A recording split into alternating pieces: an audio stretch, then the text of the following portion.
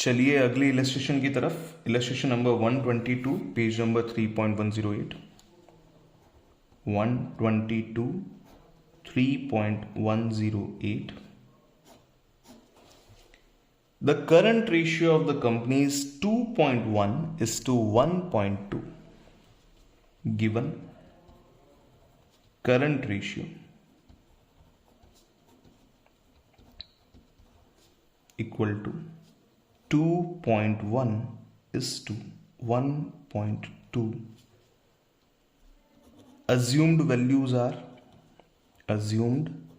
values are current assets, इसको मैं लिख रहा हूं सी ए की वैल्यू मैं अज्यूम कर रहा हूं रुपी 2,10,000 एंड करंट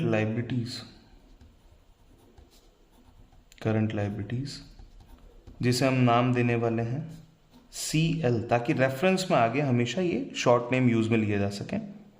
रुपी 1,20,000। देखिए सिंपली मैंने कुछ नहीं किया, यहाँ पे 2.1 एंड 1.2 को हमने कन्वर्ट किया है प्रॉपर न्यूमेरिक वैल्यू में अजम्पशन के लिए, ताकि हम इन्हें अज्यूम करके डेटा वैल्यूज को लिख पाए ढंग से। तो अब सॉल्यूशन करते हैं, क्या क्या दिया गया है चेक करते हैं। देखिए यहाँ पे दे रखा है redeemed 9% debentures of 1 lakh at a premium of 10%।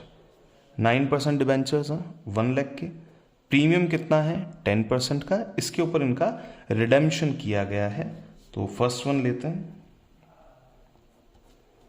Current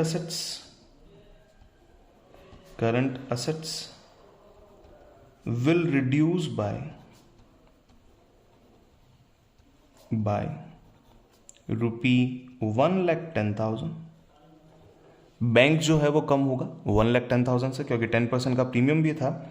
and here debentures are considered as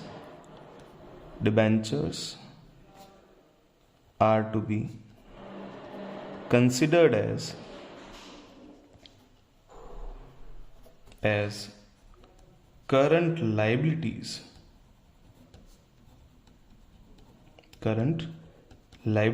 क्योंकि मैच्योरिटी अभी के टाइम पे है, इसी साल में मैच्योर है। अगर मैच्योरिटी है इसी साल की मैच्योरिटी, तो लास्ट बैलेंस शीट में इन्हें करंट लायबिलिटी शो कर रखा होगा। As per last balance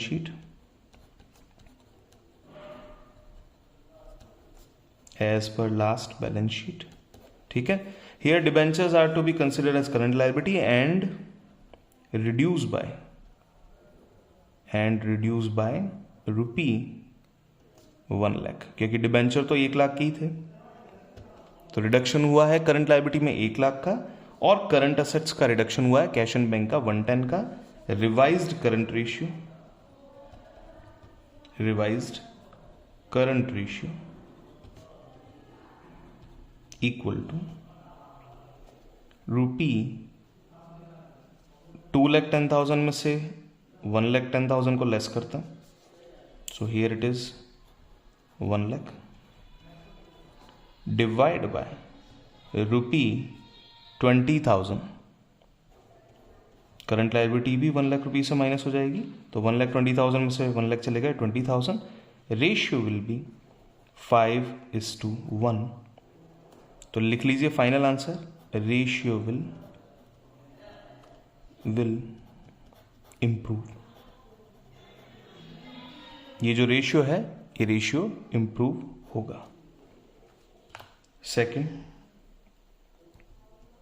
improve होगा, इंक्रीज होगा, आप कुछ भी लिख सकते हैं। Second, received from debtors rupees 70,000, received from debtors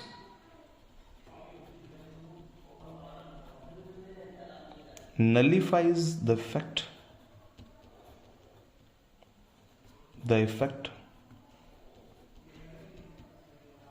on current asset by 1 increase and other decrease.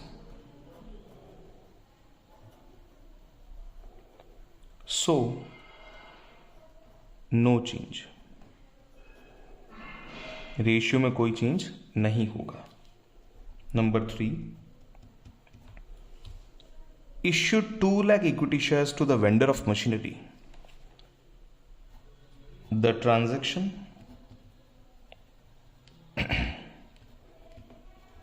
do not affect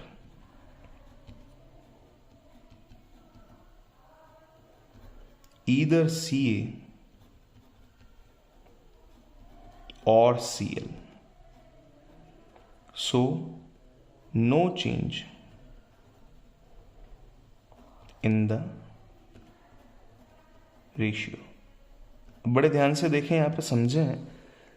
issued equity shares, पहली बात, इक्विटी शेयर जो है वो शेयर होल्डर फंड का पार्ट है।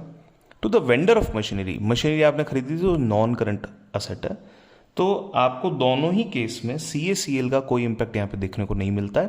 So there will not be any change, no change in the ratio. Number 4, accepted bills of exchange drawn by the creditor, both creditor and bills of exchange and bills payable are part of current liabilities only, current liabilities only, and thus give no net effect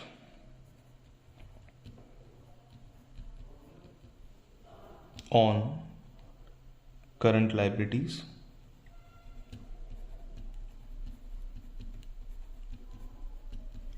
hence the ratio will remain